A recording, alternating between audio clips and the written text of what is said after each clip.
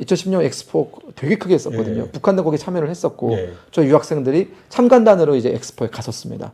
그 안에 뭐 소나타도 있었고 뭐 K5도 있었고 근데 한국관을 들어갔는데 그 분위기에 너무 압도됐었고 이게 대한민국 경제력이 여기까지 왔구나라는 생각 때문에 되게 놀란 그런 마음가짐으로 북한관, 그 조선민주주의인민공화국관을 갔는데 거기서 주력 상품을 내세우는 게 뭔지 아십니까? 그 친구들이 하나같이 했던 얘기가 내가 이러려고 김대에 온 건 아니었다. 분노를 그대로 표출하더라고요.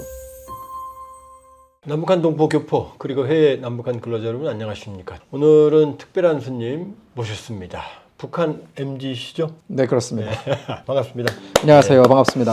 우리 김금혁 의원님은 김일성 종합대학을 다니시다가 베이징대로 유학을 가셨고 그 상태에서 뜻한 바 있어서 남행열차를 타셨습니다. 맞죠? 네, 맞습니다. 예. 그 박사님 혹시 보셨는지 모르겠지만 제가 그때 그 데일리 인케인가요? 거기다 편지 쓴 적도 있어요. 유학생 신분으로 가명으로 가명으로 썼죠. 문땡땡이라는 가명으로 안녕하세요. 저는 북한의 민주주의를 바라는 유학생입니다. 그 기록으로 남아있어요? 지금도 남아 있습니다. 오. 네. 그 동아일보 주성화 기자가 본인의 블로그에 한번 올리셨었어요. 아, 서울에서 쓰는 평양 이야기, 북한 인권 활동을 하는 언론 매체의 게시판에 썼었습니다. 시청자 게시판이라는 게 있잖아요. 그 독자 게시판인가? 그 게시판에 제가 회원 가입을 하고 거기다가 썼었고요.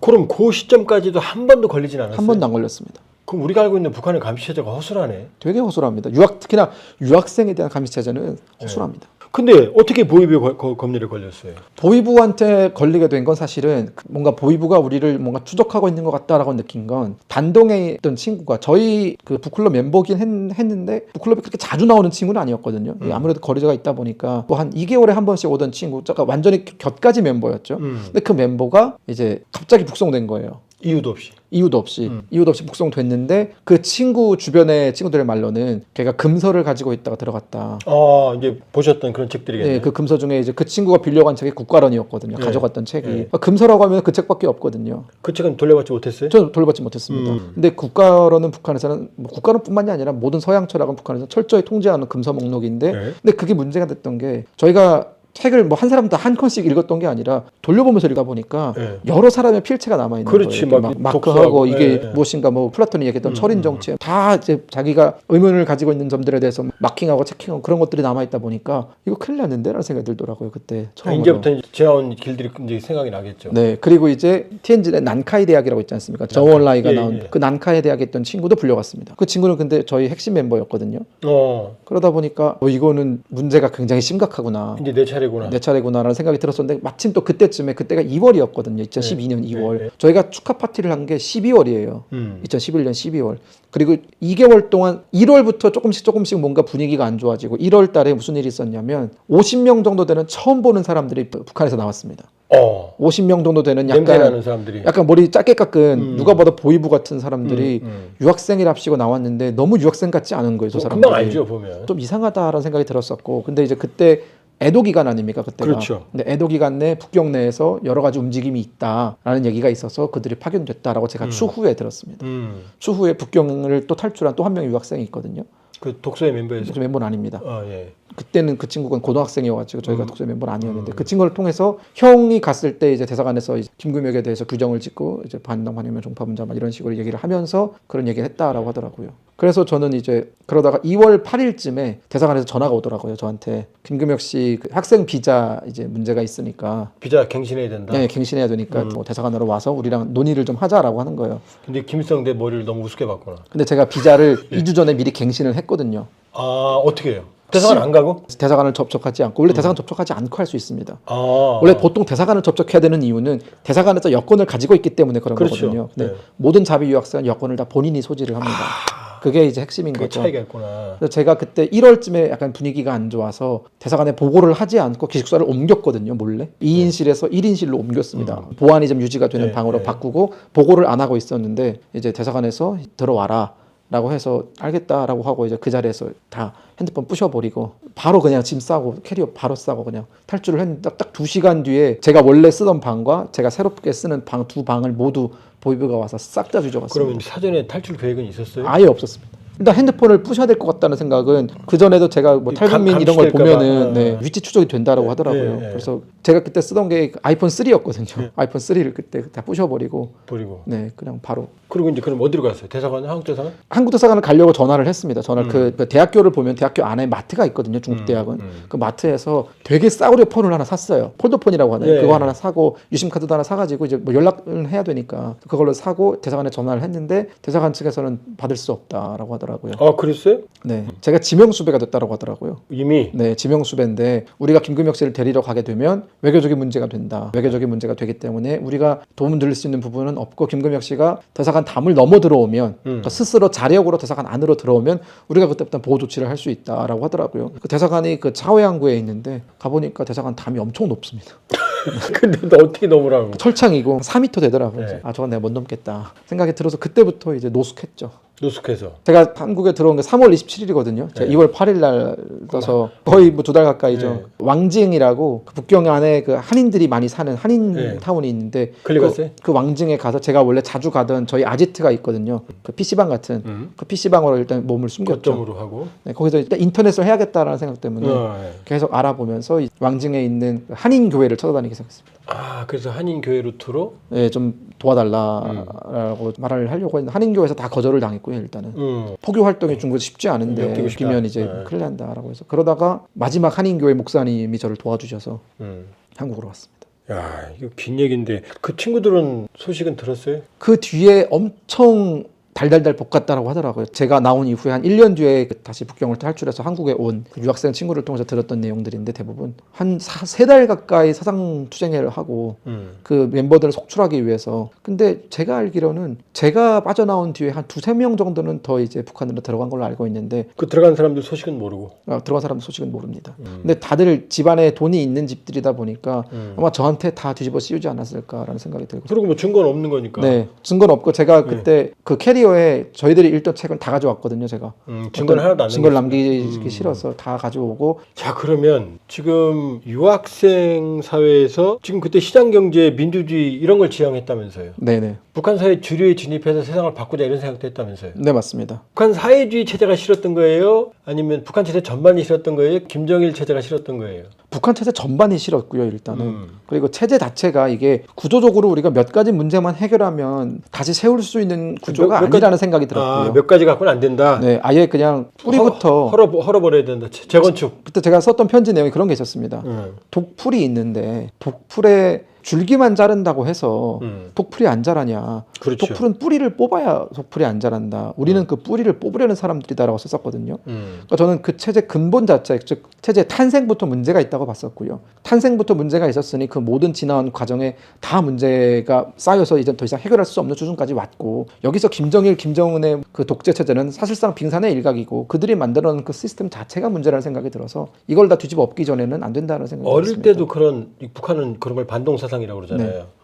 그렇게 표현할게. 그럼 그게 있었어요? 어릴 때는 없었습니다. 근데 내재된 잠재력이 이제 거기서 확 쏟아 나온 거네. 그러니까 어릴 때는 사실 그런 생각은 했었어요. 그냥 우스갯소리로 친구들이 꿈을 물어보지 않습니까? 네. 너의 꿈이 뭐냐? 선생님도 물어보면 저는 항상 그들한테 답을 했던 게 당신들이 상상할 수 없는 일을 하고 싶다라는 말을 늘 했었거든요. 그게 뭔지는 몰랐고. 저는 속으로 대통령이 되고 싶다라는 생각을 했었는데 근데 그 북한에서는 김씨 아니면 그 꿈도 못 꾸는 거잖아요. 근데 이제 안 된다는 걸 아니까 근데 그걸 말을 할 수는 없잖아요. 나는 이 나라의 뭐 총리가 되고 싶다는 말을 그러다 보니까 너가 상상도 못하는 걸 총리가 꿈꾼다. 되고 싶었어요 그때? 직책은 정확히 기억은 안 나는데 그러니까 어쨌든 간에 김일성, 김정일이 아니더라도 어쨌든 최고. 제일 높은 사람이 되고 싶었습니다. 여기는 지금 대통령. 그렇죠. 자, 그러면 지금 제가 들은 얘기는 네, 북한 체제 안에 그런 움직임이 있었다는 거였거든요. 네네. 제가 들은 네, 얘기. 충분히 가능한 얘기고요. 그리고 이제 아마 그런 움직임이 아마 유학생들을 중심으로 혹은 이제 해외를 경험해본 사람들 위주로 진행이 될 가능성이 높다라는 생각이 드는 것이 어떤 사건이 있었냐면요. 2010년에 상하이에서 엑스포를 합니다. 우리가 이번에 부산 엑스포 실패했잖아요. 유명했었죠. 2010년 엑스포 되게 크게 했었거든요. 예. 북한도 거기 참여를 했었고 예. 저희 유학생들이 참관단으로 이제 엑스포에 갔었습니다. 아, 거기 있던 사람들이. 네, 대사관에서 보내줬어요. 예. 견학을 갔는데 그 한국관이라고 해서 그 안에 뭐 소나타도 있었고 뭐 K5도 있었고 진짜 한국관이 정말 잘 꾸려져 있었고 한국에서 생산하는 거기 들어가는 건 문제 없었어요? 문제 있는데 저희 몰래 들어갔죠. 아, 몰래. 네, 몰래 들어가 사실 통제를 못합니다. 통제 자체가 불가능한 구조입니다. 이거 나중에 설명을 드리겠지만 이것도 되게 재밌는 포인트긴 합니다. 왜 통제를 못하는지. 근데 한국관을 들어갔는데 그 분위기에 너무 압도됐었고 이게 대한민국 경제력이 여기까지 왔구나라는 생각 때문에 되게 놀란 그런 마음가짐으로 북한관, 그러니까 조선민주주의인민공화국 관을 갔는데 거기서 주력 상품을 내세우는 게 뭔지 아십니까? 한국은 그때 소나타를 주력 상품으로 내세웠었거든요. 북한은 고려 인삼을 내세우더라고요. 수산물이라고. 네. 은단 이런 거, 네, 고려 은단 이런 거 네. 내세우더라고요. 뭐 담배, 뭐 여명 담배 이런 걸 맨 앞에 진열대에 놓고 이게 가장 최우수 이렇게 선전하는 걸 보고 또 충격. 너무 이게 방송에 저런 표현이 어울릴지 모르겠지만 너무 쪽팔리더라고요. 이게 이런 차이가 나는구나. 그러니까 우리가 알지 못하는 사이에 우리한테 이런 차이를 숨겼구나. 우리가 알지 못하더라고요. 세상은 바뀌었는데. 그렇죠. 그리고 중국관을 가보니까 중국관은 또 한국과의 한 4배 됩니다. 크기가. 중국이 자랑하는 그 모든 것들이 다 나와 있었거든요. 대단했죠. 와, 근데 그걸 보면서 그 상하이 아닙니까? 거기가 또 네. 상하이의 그 휘황찬란한 건물들을 보면서 같은 사회주의 국가인데 어떤 나라는 이렇게 잘 사는데 북한은 왜 저렇게 지지를 못 살까라는 그런 근본적인 의문을 가지게 되는데 그때 같이 엑스포를 갔던 사람들이 대부분 다 저희 북클럽 멤버들입니다. 그러니까 제가 그때 친구들한테 물어본 적이 있었거든요. 언제부터 북한 체제가 이상하다는 생각을 했느냐. 하나같이 하는 얘기가 엑스포를 갔다 온 뒤에 너무나 큰 충격을 받았다. 이렇게까지 격차가 벌어질 줄은 몰랐다. 그리고 이런 격차가 벌어져 있음에도 문제를 느끼지 못하고 있는 것에 더 놀랐다. 이렇게 격차가 벌어져 있으면 따라잡으려고 뭔가를 해야 되는 후속 조치들이 있어야 되는데 북한은 전혀 그런 게 안 보이더라. 있는 그냥 지금 요 상태, 즉 독재 권력을 유지하고 요 정도만 하면은 평생 권력을 유지할 수 있겠다라는 그런 생각 때문에 나라가 발전을 안 하는 것 같다라는 그런 말들을 하는 걸 보면서 아마 아까 박사님 말씀하신 그 북한 내부의 그런 움직임도 아마 계기가 있을 겁니다. 생각보다 많을 거다. 분명히 많을 거고 분명히 여러 번의 계기가 있었거든요. 그럴 수 있는. 그렇기 때문에 저는 아예 없는 일은 분명히 아니고 우리가 지금 북한 내부의 정보를 모르기 때문에 제2, 제3, 제4, 제5의 독서 클럽 그다음에 어떤 북한의 미래를 생각하는 건 분명히 존재할 거다. 대학생들은 1년에 한 번씩 유학을 하다가 북한에 들어가서 사상 교육을 받습니다. 사상 재교육을. 얼마 동안이나?